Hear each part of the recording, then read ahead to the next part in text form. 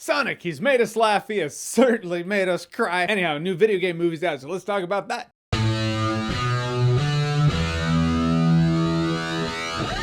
Sonic the Hedgehog. So Sonic the Hedgehog is a movie based off of the video game Sonic the Hedgehog. It goes down generally how the trailer shows it. Sonic the Hedgehog is from this other world, and then rings can create portals, and then he comes to our world. Though it's a little different than that. I thought it was like, oh, he comes to our world, stranger in a strange land. He's actually been here for a while, so he does know the place. He knows the logistics. He kind of knows how Earth operates. So it's less of a fish out of water story than I thought it was going to be. Anyhow, he teams up with James Marsden, who is a sheriff in this small town called Green Hills Zone. Just Green Hills, not Zone, but still solid reference to the game. Anyhow, so the smartest person on Earth, Dr. Robotnik, played by Jim Carrey, he's like, what is this new creature? I need him. So now you have a buddy road trip movie between Sonic and James Marsden, which in terms of personality, I thought Ben Schwartz as Sonic the Hedgehog, who plays the voice of Sonic the Hedgehog, I thought he was great. He was what I wanted from Sonic the Hedgehog. He's not as trash talky as Sonic is with his taunts in Super Smash Brothers, but he's fun, lovable, likable in that teenager with attitude kind of way. Maybe it's because if my dog Danger had a voice, he'd probably sound like Sonic.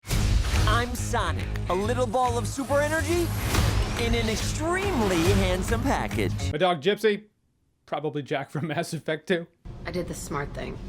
I always do the smart thing if people fuck with me. I also like James Marsden. More to the point, I like the dialogue between characters in this movie. Whether it's dialogue between James Marsden's character and Sonic the Hedgehog, or James Marsden's character and his wife, or Dr. Robotnik and anybody he's being condescending and belittling to. I liked it. Also, Dr. Robotnik, I liked the energy Jim Carrey brought to this movie. I don't think it was any mystery. Like, no one should be surprised that Jim Carrey's a standout in here. This version of Dr. Robotnik's exactly what you think Jim Carrey Dr. Robotnik would be. He brings that Jim Carrey-ism, that zany, animated Jim Carrey quality to Dr. Robotnik. And he was having fun with it. By proxy, you do have fun. Jim Carrey's always been good at that. You've always been able to see Jim Carrey have fun, and you're just having fun with him. I will say the movie does borrow from Quicksilver in Days of Future Past. It has a moment like that, which logically it would, but I do feel like someone watched Days of Future Past and they were like, oh, if we ever make a Sonic movie, we should have a scene like that. In fact, let's do it. I mean, it makes sense. It was cool in this movie too. And the movie makes you take a bit of a leap. They gotta get to the West Coast. They gotta get to San Francisco. They're in Green Hills, not Zone, Montana, but it illustrates that Sonic can run there in about 2 seconds. But he doesn't know how to get to San Francisco, so he needs James Marsden to be his guide. Or Sonic could have just gotten a map, but no, let's tag along with the human that'll slow us down when a crazed scientist who's trying to kill or capture you is coming after you? Now, the theme of friendship is a huge part of the movie, so yeah, maybe Sonic was like, well, I could just run there by myself and get a map and do it, or I want to be friends with this guy. The movie doesn't outright say that's what happened, but it implies it, so I'm just, okay. So I guess that argument's gone. The Days of Future Past thing, though, that's from Days of Future Past. And you know, I gotta thank them for fixing the Sonic character design. Initially, in that first trailer, that was our Sonic design. And the internet had quite a few things to say about it, and internet, we gotta admit, we weren't very nice about it. Internet collectively voiced their opinion, and either the director, the studio, both, either, whoever, they were like, okay, we'll change Sonic's design to a more Sonic the Hedgehog looking Sonic the Hedgehog, which is a little more cartoonish. It looks like the initial plan was like, let's make him look real-ish. And I know it's water under the bridge, I don't want to beat a dead horse about it, but I gotta thank them for fixing it, because this movie does illustrate how important creature and character design is. A couple times, maybe a few times in this movie, I found myself thinking, what would this movie feel like if it was the old character design for Sonic the Hedgehog? And the answer is much worse.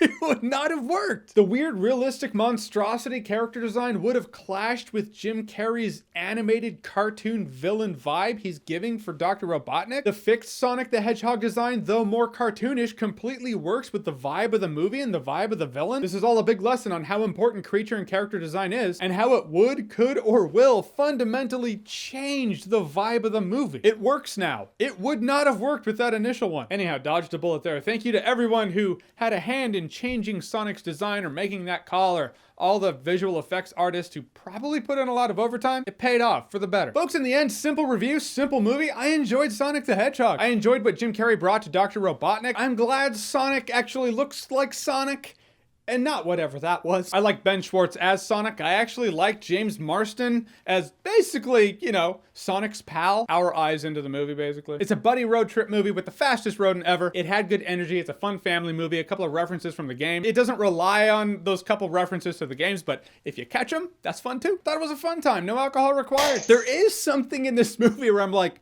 is that a Mushroom Kingdom reference? I'm not sure. The movie never says it is, so I don't know. Could be one of those things where like, all right, we have that door there. If Nintendo wants to jump on board and we could do some video game cinematic universe, it's there to use. If they don't, well, we don't have to use it in that capacity. But there is something that makes me a bit curious about that. All right, so Sonic the Hedgehog, the movie, have you seen it? What did you think about it? Where does it rank among your video game movie hierarchy? I mean, granted, they can't all be as good as Van Damme's Street Fighter. Look, Raul Julia elevates that. Doesn't matter. That's a different conversation for another time. You know, I'm curious about one other thing. Sonic doesn't like mushrooms in this movie, which, hey, maybe that's why I like him. Because mushrooms, no. But I do like black licorice, and I've noticed one or the other with people. People either love mushrooms, hate licorice, or love licorice, hate mushrooms. It's one or the other. Is that how it is with you? Whatever you think about everything I just asked, comment below, let me know. I'm just curious. And as always, if you like what you've seen here and you want to see more, click right here to see more.